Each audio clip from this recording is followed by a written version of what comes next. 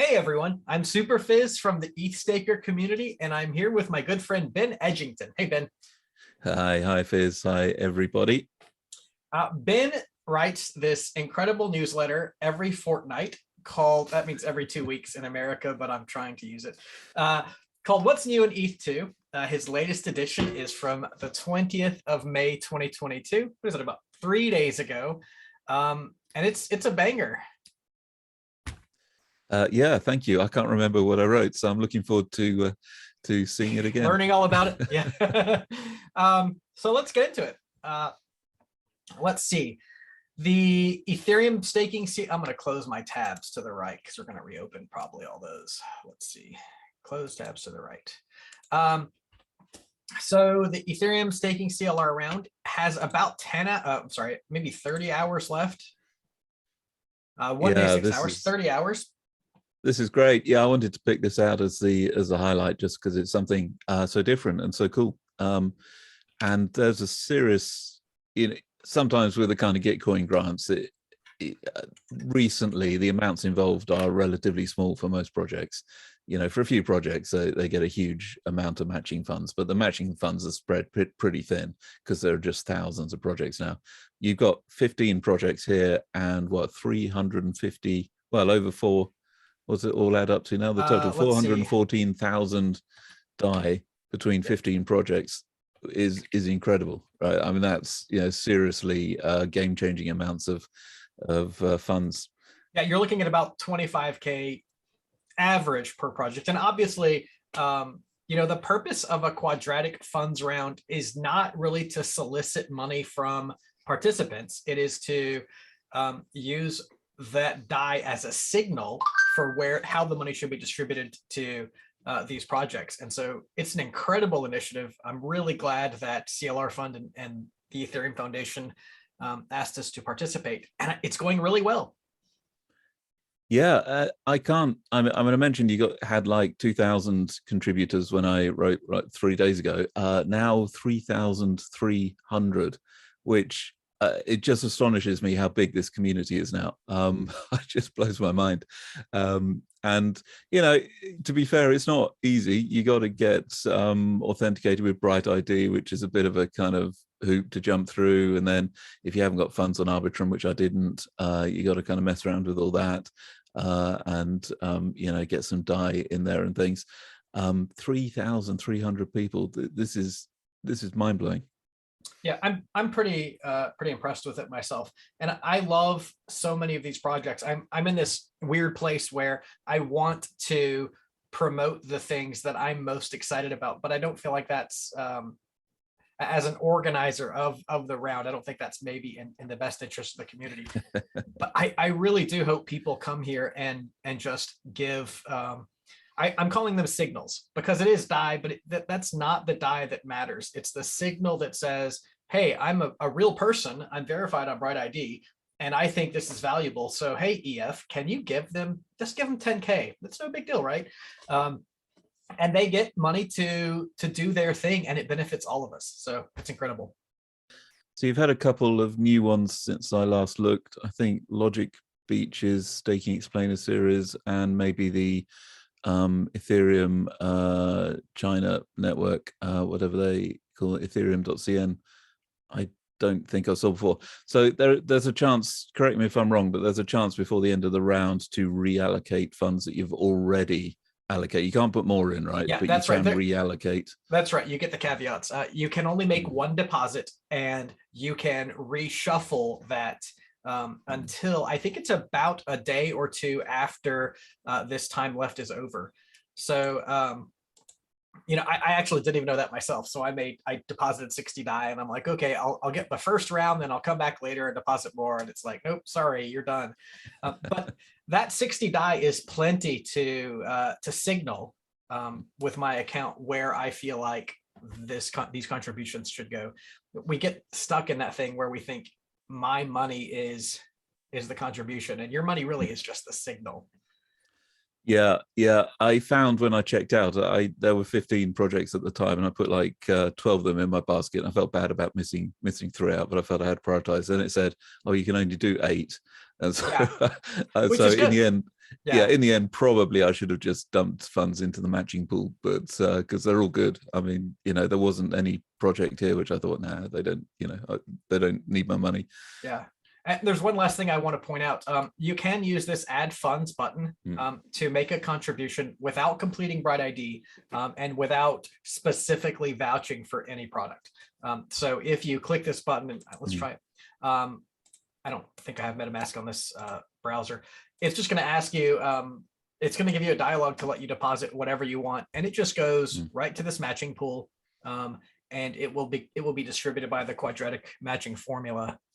So that's a good way for people to participate if they're not comfortable with Bright ID. I love Bright ID. Cool. It's whatever. I don't have a ton of time to like extol its virtue, but I'm obsessed with it. Excellent. Good. So congrats on that. Yes, thanks for the opportunity to talk about it. Let's see. So the mega merge resource list. I love this. This is Trent. Is that right? Yes, it seems to be Trent. Yeah, this is great. Yeah, I should have known about this before, but all the links are that. All good stuff. Yeah. So it can be really hard if you're maybe a week behind.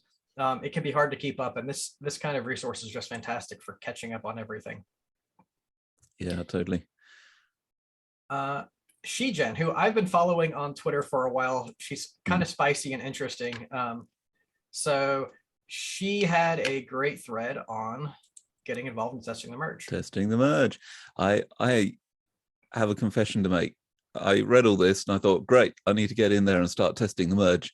And I've been trying to get funds from the Kiln faucet ever since Friday, and for some reason I'm not able to get anything. So I'm having a bit of a problem.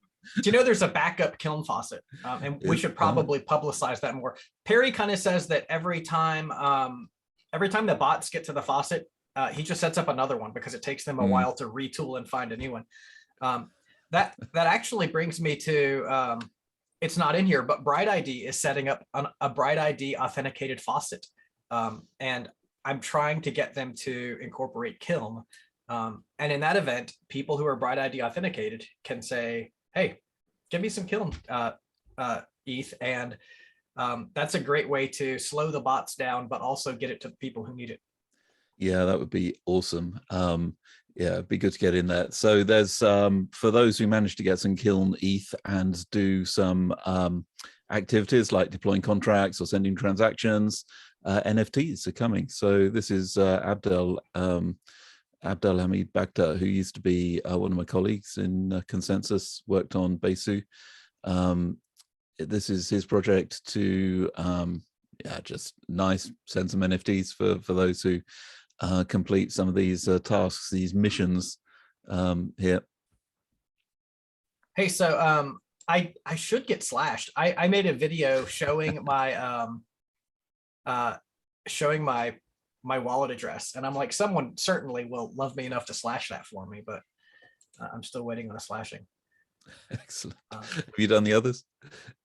I was just looking at that. I think I've done one or two transactions. I certainly haven't done 100. I can probably script that. I haven't deployed any contracts. I'm definitely a validator, so I think I can get a few of these. I didn't. So are we at this block yet? Do we know? I don't think so. The Kiln Explorer was down last time I checked. So I did a back of the envelope based on the gens this time, and we still had a few days to go. Yeah, so we got like 631. Oh yeah, so we've got like 40,000 slots. I'm not going to embarrass myself by trying to work that out. Right, it's sometime in the future. Yeah, it's still, that's a great opportunity to get involved. So I'm glad they're doing that. I've also heard of some other gossip about NFTs or even POAPs that will go to Kiln validators. So that's a great opportunity. Excellent. And we actually just pulled up this landing page for Kiln. I do love those. Shadow forks. We're getting there, aren't we? Yeah, it's becoming routine. We're doing Shadow Fork 6. Mainnet Shadow Fork 6 is due next week, I think, on the 31st, maybe sometime around that. So just planning the configs on that. 4 and 5. So we did mainnet Shadow Fork 3 when we were all together in Amsterdam, and then 4 and 5 since. And basically, there's always some slightly rough edge, but not generally. They haven't been merge related. They've been sort of other sync issues. Clients haven't got synced up in time, or have found a bug in something pre-merge, or there's been some configuration issue, like they didn't give Teku enough memory or something. I mean, so there've been a few little rough edges, but 99% good. So really very, very encouraging. I mean, if it had been based, if the last Shadow Fork, mainnet Shadow Fork, had been the real thing, I think we would have been delighted. We would have broken out champagne. It was quite funny on the devs call. We had the Shadow Fork took place just a couple of minutes before the call, and we were looking at people were in the chat box, and it's like, oh, it's not making blocks, there are no transactions. This is disaster. There goes August. Debugging, but turned out to be Explorer issue, and actually if you consulted the nodes themselves, it was all perfect. It was all fine. I caught the tail end of that, and I was like, well, crap, just kiss August goodbye. Let's aim for September now. But it's great. Yeah, it's good that it was a ruse issue. My camera isn't focusing. Not that anyone else cares, but so yeah, that was awesome. Perry is just awesome. And so yeah, they're not even Marius. They're not even telling us anymore, because we're assuming success every time. I think that's right. I mean, if something goes wrong, we'll hear about it, but now these things are just kind of like, another one, and we assume they're going to go well. And so Ropsten is on target. Hey, so I'm kind of under the understanding that we're going to look for 6 events, and so you can correct me if I'm wrong, because this is what I'm thinking: Ropsten, Sepolia, Gurley, Bellatrix, Paris, TTD. Right. That sounds, yep. Nothing to add, I think. Okay. Yeah, I wanted to make sure that I had it in my head right, because as the community, we're starting to plan like these calls, and that's a lot of stuff to cover, and so I'm excited to hang out and watch these all as a big community. 6 events is about, it's almost enough to cover the merge, right? I think, those are the big milestones. Oh boy. So let's see, Ropsten on June 8th, then Sepolia is going to be permissioned, and then Gurley is the 3rd major testnet to merge. We haven't set a kind of strict timeline yet for the other 2. So Ropsten is 8th of June. I imagine we'll do them at 2-week intervals. So by the very beginning of July, we'll have done Gurley. I've resisted the urge to pencil it out, to be like, 2 weeks from there and 2 weeks from there, because I always know like it's never going to happen like you think it is, unless it does, right? Never. Are you running Ropsten? No, I'm not either. I do have Ropsten ETH, so I might I still have a couple days to hop on that. I might do it. I should probably get something up and running, just if only to get better visibility. You just get a better view of the network if you're on your own node. The explorers that have been set up invariably fall over one way or another, so it's sometimes it's just better to have your own node to consult.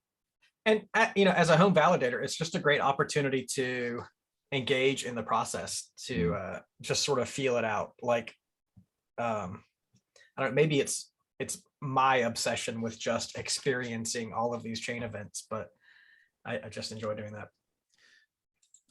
That's what it's all about. We can all join in. It's permissionless.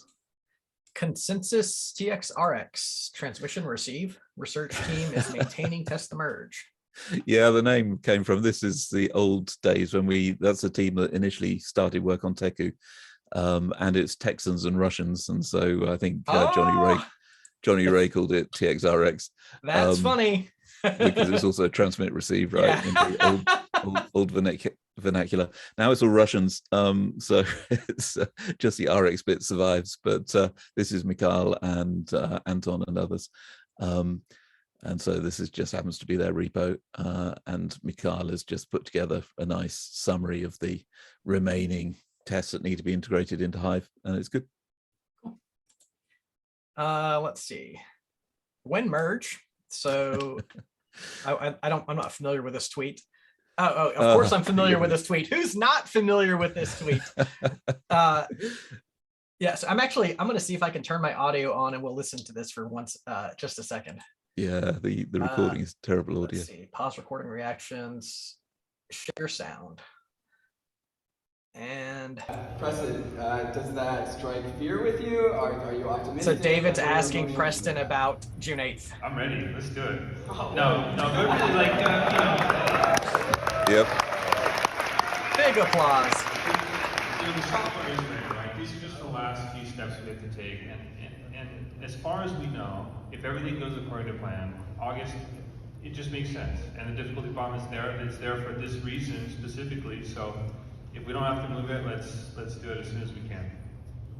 Has that been articulated anywhere else other than this stage before today? Yes. I think Anthony Sasano figured it all out. Yeah, kind of all of us have been like, how about August? So it's great. You heard it in What's New in Eth2 2 weeks ago. I mean, this is what I projected. So there we go. Yeah, you so first. It's neat, consensus really is forming. So yeah, we're getting there. It's great to hear implementation developers like Ben Edgington talk about, it's here, it's coming in August, we're ready. And to hear Preston from Prism saying, it's happening, we're here. Yeah, Justin Drake kind of being like, yeah, that'll work. Yeah, Justin is notorious optimist. So, I'm the same. Like I can't help it. But yeah, I mean, caveat, if everything goes well. I mean, we really have to have every step between now and deployment go, very smoothly, 98% well before it we can be really confident. But so far, everything is going to plan. So, this difficulty bomb thing, I mean, my last edition, I had a little rant about it. It would be rather strange to postpone it if we can avoid doing so. We should just get this merge done before that thing becomes a problem. Yeah, obviously, if there's no risk involved or minimal risk, and that's really this is all about mitigating risk now. What is Justin's tweet? Oh, this is a great graph. He also shared this. In fact, I was like, Justin, that's great. Who did that? He's like, that was me. Yes, it's awesome. The most important thing about this graph is to see at the end where Lighthouse usage is going up and Prism usage is going down. And do you have any thoughts on that? Any insight? Yeah, it's terrific. I mean, I think Coinbase is credited with swapping a bunch of validators from Lighthouse to Prism. They've also onboarded a lot of Teku validators separately, but I think they actually switched over a bunch. There's a dip earlier on which corresponds to growth in Nimbus adoption. I don't know what that is. There is an issue. Michael Sproul's kind of analysis often mixes up Nimbus and Teku, so that's may or may not be real. I hope it's real because I want to see Nimbus doing well and a flat distribution across the clients, but I'm not confident about those numbers. But how do you feel about Teku's portion? Is it fair? Do you feel like it's underrepresented? Yeah, it goes up and down a bit. So it's around 18%ish. I don't know what it is today. That's I am very happy with. I'd be super happy with somewhere between 20 and 25%. That would be, a real sweet spot for me. Yeah, today's a bit of a down day. I think a bunch of Teku's being credited to Nimbus. If you look at rated.network, you can see that, so operators that I know, if you click on Lido, for example, click on the Lido label on the left, that gives you the breakdown. So I know, for example, that all nodes is 100% Teku, but here it shows that they're 88.5 and the rest are Nimbus. You know, my eyes are, oh, I didn't find all notes. Oh, Yeah. okay, interesting. yeah, and there are a bunch like that, which, you know, I'm pretty sure that they're not, they're running all Teku, or, you know, Teku and another, and That going really for- explains this wild bump. Makes good sense. But yeah. So I don't know the exact. Michael's been fiddling around with the block print, and hopefully he can find a classifier that's accurate enough. But yeah, I mean, in terms of the prism, I think it's pretty accurate, and it's incredible. I mean, to go from danger, you know, severe existential threat to the network level down to sort of under 50% in 3-4 months is an incredible response from the community, and in particular the big staking operations. It's funny that we were hesitant to deal with this data at first. Like maybe we shouldn't even know what the distribution is.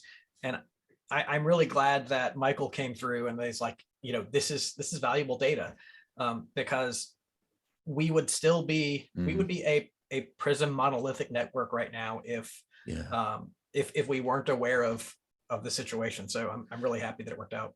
Yeah, it is absolutely brilliant. I mean, having this is the kind of Hubble telescope of the validator network world. I mean, we were sort of practically blind. I mean, just guessing numbers prior to having this, and data's not perfect, but it is it's way much better than we had before. Yes. And we've talked about Michael Sproul, Yep. And we know that he's changing his show system. the graph. That one, I love this. Yes. This is can you blow that up? Yeah, there we go. This is just great. So you can see Teku's gray, and Lighthouse is the redder, and Prism's the pinker, and then you can see Nimbus is a sort of purpley color, and you can see these are how he distinguishes between the clients based on the way they order attestations within blocks and the kind of attestations they include. It's just genius. Yeah, very impressed. And not, you know, he had the initial idea and he continues to refine it and make it even more accurate over time. So that's great. We ought to talk about this next battle. This is not, I actually prefer this is a better view for me. Execution client diversity. It's something that I have really gone back and forth. Like, if I'm part of the push to change these things, and you'd think that the execution operators on their own would be like, yeah, we ought to do this. But I've really been debating whether this is the right time to push execution clients or whether it's time to push entity size. And I've really been on entity size lately. But yeah, we'll get there, right? Yeah. I don't know what to say to that, really. I mean, I think see how it looks after the merge. I mean, this is a step change in the population that's going to run execution clients. So, you know, I'm a prime example. I mean, I used to run an ETH1 node like 3-4 years ago. It got too much hassle for the value that I was getting from it. I ran parity for a while, and it was fine, but you know, it was just hassly, changing clients and whatever. So I haven't run one for a while. Now I need to run one. So there's a new population. There's a whole, you know, hundreds to thousands of people like me out there who've got to make this choice. And you know, let's make a good choice. Let's not choose the default. And I realize this is not based on proposals. This is based on node count. Is that correct? Right, exactly. And that's notoriously inaccurate. I mean, you won't know how many validators are hanging off those. So it's similar to the Mega Labs figures. It's generated by a network crawler that tries to connect to as many nodes as possible and identify them. But you don't know how many validators those nodes are hosting. And you know, Teku is disproportionately used by large staking operations. So each Teku node hosts more validators on average than, say, a Prism node, which is used much more by, you know, home stakers. I kind of had an idea as we were talking about this, that being something like Nice Node, which is in the quadratic funds matching round. Nice Node allows you to spin up an execution client with essentially one click in your browser. If they integrated that into MetaMask, so that instead of relying on MetaMask as the back end, your single click Nice Node installer linked to MetaMask, so people could be truly sovereign, like not relying on Infura for that data point, then I feel like that would bring more execution clients online, bring more diversity, but it really doesn't impact what the validators you're using, which at the end of the day is the most valuable thing. But just Yep. Yeah, I'm gonna talk about that some other time. Let's see, staking, client diversity. Yeah. Yeah, I love the way you broaden this discussion out. It's the right time, and diversity is about far more than what your software you use to run your validator client. There's this whole multi-dimensional space of diversity we need to care about. And I thought your talk at Toronto EDM was brilliant. Really nice introduction to all the or overview of different aspects. I'll be honest, I forgot about it and just watched it when I saw your link, and I'm like, I like that. So some of that I know, I understand differently now, but the overview is really great. Like I'm happy to, yeah, I began this focusing on diversity, and you're right. Now I see a much bigger picture, and I'm glad that we're moving in that direction. So yeah. Was that a recent talk, or was that a while ago? It's in March, I believe. Oh, right. And I didn't twig that. I assumed it was a recent one. A couple things, but yeah, it was March 9th, but it hasn't been. No one has seen it, so it's, and the data is still valuable. So I'm happy with it. It is probably something, if I get asked to do another talk, that I will polish and improve and reuse, because it's, yeah. I mean, meanwhile, this is 30 minutes of your life well spent, watchers. If you want to you've got 30 minutes spare, 20 minutes on 1.5x, that's then I'm like, go 15 minutes on 2x. Rather don't watch it, stop watching this, go and watch that. That's good stuff. So we got to talk about Lido for a minute, and again, you know what, let's not talk about Lido, let's talk about entity diversity. Because in the same way, when we were talking about client diversity and we had a majority client, it was not appropriate to focus on Prism at that time. And in the same way, I don't believe it's appropriate to focus this discussion on Lido. Lido is the operator now, the entity now, who is controlling nearly a third of the network. But this is really about the long-term health of the Beacon chain. So I'll shut up and let you chat for a minute. Yeah, this has been brewing for a little while. We discussed it last time. This is really interesting seeing it unfold. I mean, I have conflicted sort of views. It hasn't crystallized for me as a very black and white issue, in that there is another point of view which Lido is putting, which is that they are a relatively thin coordination layer. They're not a sort of in control of these validators in any meaningful way, which I have some sympathy for. So they've got like 20 plus operators who are nominally independent, but Lido are kind of gatekeepers, right? They say who can and who can't be participate in the liquid staking protocol and so on. So it's sort of, I'm still sorting out exactly what I think about this. It is a spectrum. It's not completely black and white, like all centralization topics.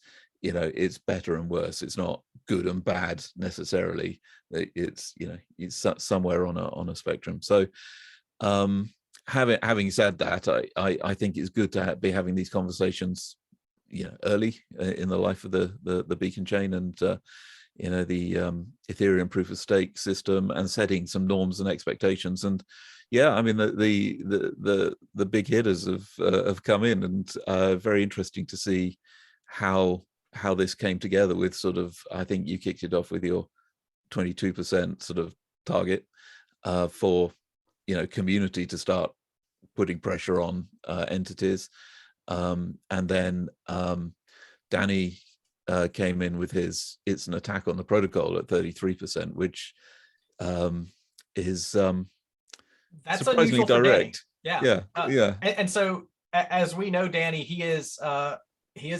very non-conflict oriented guy, and for him to make this kind of statement on Twitter, I find very very compelling. And it's not just that. I mean, he's very conscious of his position in all of this. He is potentially the most kind of influential voice on the staking side, you know, being longtime coordinator of the whole beacon chain delivery, and he has a very powerful voice in this, and so choosing to use it is striking. I was surprised, yeah. Yeah. And a follow-up from Vitalik coming in sort of so ramping up, so 15%. I don't know where he gets this number from, but you know, it's a finger in the air.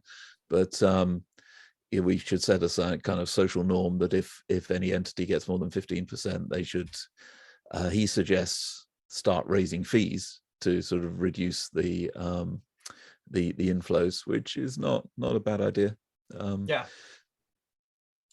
Which and that kind of culminated in this staggered approach, where Vitalik's suggestion that pools begin throttling at 15%. At 22%, the community says, "Whoa, we are the community. We're a layer of defense for the chain. What you're doing is not safe. Please stop. We're going to stop patronizing you. We want you to get right." And then at 33%, it's regarded as an attack, which I think we should take seriously, and not just kind of roll over and say, it's okay. We're not passionate enough to make change. We're just gonna hope something works out in the long run. I think, I don't know.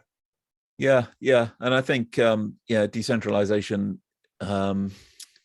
is the centralizing forces are everywhere, right? And there are different ways of tackling them. We've done a few things in protocol. It's really hard to do everything in protocol, but ultimately it's layer zero. It's you and me and all of the rest of the people staking and participating in the ecosystem who set the norms and expectations, and ultimately it's in our hands to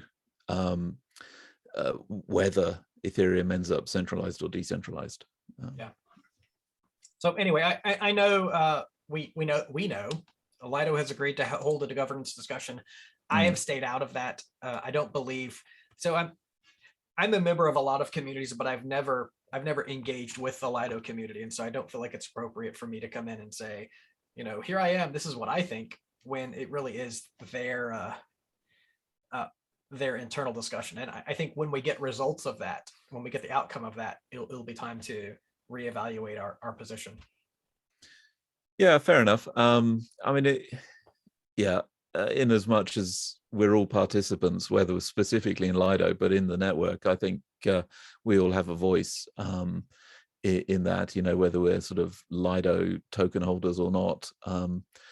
I think we all have a voice. So I wouldn't be too shy about getting involved. But it is what it is.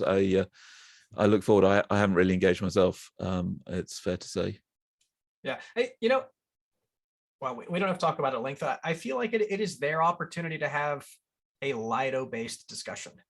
And because, there's a lot of opportunity for community input, but for the stakeholders to say, this is how we see the protocol and what we want to do, I think it's valuable to give them that opportunity.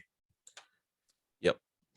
Okay. So that is, again, I'm really interested in the future, not you, but as a community, as we address this, that we address this as a decentralization event, as an entity size debate, never as a Lido is too big debate, because that's not really where I want to be, where I think we should be, because this is the first example of something that's going to occur again in the future. Yeah, for sure. So a metrics exporter. So this is a Grafana kind of thing. Is that right? This is it makes swapping clients easier, just because you got one less thing to worry about. So all of the clients export their own sort of sets of metrics and are all slightly differently named, and it's just another annoyance. You just have to make a new dashboard if you swap client. And this brings everything together. There was an effort to put a sort of minimal set of metrics, unify the naming across clients, and unify their production, and we got a few done. But I think this is a much broader, just translates everything to a common pattern. Is the standard API effort, is that still happening? Yeah, that's got a lot of traction, and everyone's very mindful of it. So when we make changes to the clients, we feedback PRs upstream to that, and just make sure it's all consistent. And yeah, that's been a huge success actually. That's a great initiative. Mikhail explains the merge. I didn't watch this, but this is some guys I recognize. Okay, hello and welcome everyone. Yeah, dude. Good talk from Mikhail. And yeah, going over all the regular merge basics. I mean, just covers all the bases there. This is definitely something that even for people who understand it, it's a great way to kind of, when you get something and then you watch someone else explain it, it kind of fills in those little bitty grooves that you missed. So I do look forward to checking that out. Data availability and rollups. Yeah, this has been a great little series by Bartek. I don't know Bartek, but he's written just a bunch of tweet threads on the proto dank sharding thing, EIP 4844. And this one is about how we're going to use it. What's it good for? Yeah, that was essentially over my head. I forced myself to be okay saying that, but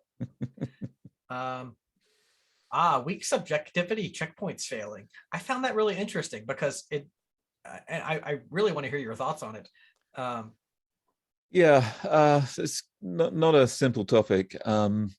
So proof of stake introduces a thing called weak subjectivity, which doesn't exist in proof of work. So, and it's it's a bit of an Achilles heel, right? So the point is, if you want to sync up a new validator, or you haven't connected your validator to the network for quite a long time, several weeks, then you can't know that somebody hasn't done a long range attack.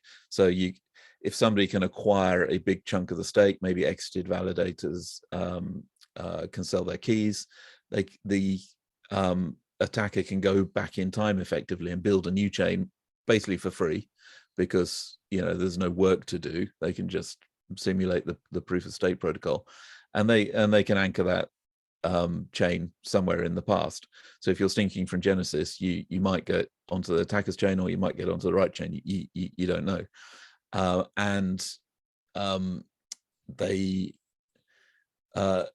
There's a period of time that is okay, because we rate limit how many validators can exit the protocol at any time. So if less than half the validators, I'm hand waving here, but if less than half the validators have exited, then there can't be a long range attack. So basically the weak subjectivity period is like, the time it takes for half or 2/3 of the validators to exit the protocol, which is several weeks. So that's so if you are, and at the moment nobody can exit the protocol, so effectively the weak subjectivity period goes back 18 months to Genesis currently. But when people can exit, then it becomes more of a live issue. So how can you find out you're on the right chain? Well, one, the original concept was that there are checkpoints, which is block hashes, which are distributed around the place, and I can ask my friends, I can look on Twitter, I can check with the block explorers, or Infura, whatever, and just say what's people I more or less trust, and I can correlate them and get a bunch of data points. What's the hash of block 10 million, and I can just check. If I get the right hash, that's great. If I don't, then I know I need to resync and get somehow onto the right chain, find different peers. And so that was the original concept of it, but there are all sorts of problems with that, and Adrian kind of lays it out, and he does it in his sort of direct Australian way in this article. And basically it's a puff piece for Teku's checkpoint sync, which is effectively the same thing. You're getting a state from the network which is recent, which is within the last week subjectivity period, last 2 or 3 weeks, and you're syncing from that. You're not going back to Genesis and following the chain and checking you've got the right checkpoint. You're just taking that checkpoint state and syncing from that. And Adrian's argument is that that is no worse and probably, in fact, better than messing around with checkpoint, just the checkpoint hashes. Okay, and that is kind of, as an end user, what I take away from this is that using checkpoint sync is a much more reliable way to connect to the correct head than syncing from Genesis, even though we have this long-standing idea that there's nothing better than syncing from Genesis. That's really a misunderstanding at this point. Is that right? Yeah, that's imported from proof of work and is actually dangerous under proof of stake to do that. You need to sample the network and check that you've ended up on the right chain, and you'll know pretty quickly if you're not on the right chain, because my node and your node will diverge, and only one of us can be right. Cool. Thanks. This is, I like you call yourself some old dude, because it's another great talk. Yeah, this is just a thing we recorded at this is a bit of fun. We recorded at Amsterdam, so this is another one I'm like, I should really watch that. Yeah, we got our consensus PR people, got a production company in Amsterdam involved, and it was all a big setup with lots of cameras and microphones and everything. It's good, all good fun, and it was nicely scripted, and yeah, it was fun. So, and hopefully informative. Do you subscribe to the ultrasound money meme? That wasn't my main focus there. I'm coming around to it. But, and I'm still. I mean, it's neat. But I do hear a lot of people say that the demand is exaggerated. But it's. I love that Justin is so persistent with it, and that is it's so ubiquitous now. Yeah, I let him. Justin basically covered that stuff, and I covered some more technical stuff about merge things. Yeah. Cool. Let's see, dank sharding, this talk. Yeah, yeah, it was great. Fairly technical. I mean, it's yeah, good stuff. Again, I love that Bankless reaches such a wide audience. From it originally started as like an introduction to cryptocurrency and not needing banks, and now they're having Proto and Vitalik talking about really complex concepts. So and Dankrad. So yeah, 20,000 people watch that, and it does get into some pretty hairy detail at times. My favorite Bankless story is that on my phone, their screen when it was playing on my podcast player missed off the first and last letters, and so it just said ankles. And my wife saw it, and I'm like, what are you listening to? It's ankles. Everybody's got a thing. And the very next week I got airdropped some ether socks, and so the kind of foot related theme continued. But there we go. I had to explain that to them. Well, now that it's public, you're probably going to end up with more socks. Please, everyone, send Ben your unisocks. Just send him all of your unisocks. It'll be great. So how to discuss the merge with Danny. Wow, there's so much good stuff. I've missed a bunch of this. Yeah, this was great. This is part one. Hasu is a great interviewer. I mean, he keeps out of the way, but asks good, penetrating questions. Clearly understands the material, and yeah, it's great. This was really good. When I clicked on this, I expected to see his image here, and then I was like, oh, he's anon. So, So it's funny. I found like 3 things that I've got to listen to now that I'm really excited about. Yeah, I'm sorry. Welcome to my world. No, it's great stuff. Yeah. What do we think about Cloudflare? Yeah, I'm generally positive to Cloudflare, and